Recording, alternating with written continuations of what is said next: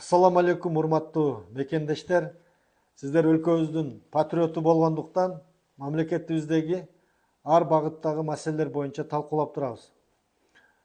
Өзүңүздөр билесиздер, 13 март күнү мен Жогорку Кеңештин борбордук трибунасында кайрылуу жасадым өлкөдөгү саясий абал боюнча.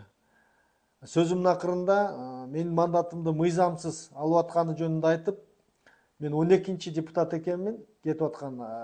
Менден кийин мандат алуу эстафетасын токтотуңуздар деген сунушту бердим. Бирок ага карабастан менден кийин да мына 6 кесиптешибиздин мандатын алынды.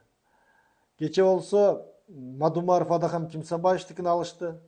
Парламенттеги эң таза, эң тажрыйбалуу, эң чындыкты чыркырап айткан Тайманбас Мадумаровдун мандатын алгандан кийин 7-чи чакырылыштагы жаш депутаттардын мандатын алып коюу жөнөкөй эле ишке айланды.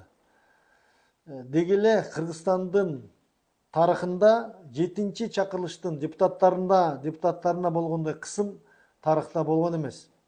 Бул болсо демократиянын, парламентаризмдин мындан ары өнүгүшүнө коркунуч туудурат. Маселе мандатты алып коюуда эмес. Аны элдер берди, алып койсо кийинки шайлоодо барсаң элдер кайра беришет. Маселе аны алып коюудагы процедуралардын бузулуп атканында. Мына жалпы сан 20-га жетип калды.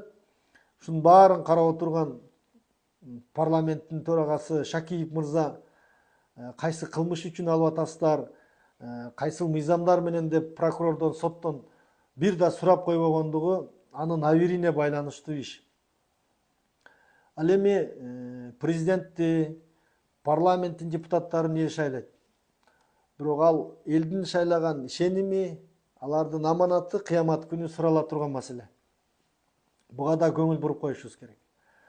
Жалпы эле болсо биз мамлекетибизде келечектеги элибиздин токчулугу, алардын экономикасы, кымбатчылык, мамлекетибиздеги мыйзамдуулук жөнүндө алдында кенен сөз кылабыз. Дагы жолукканга чейин аман туруңуздар. Ассаламу алейкум.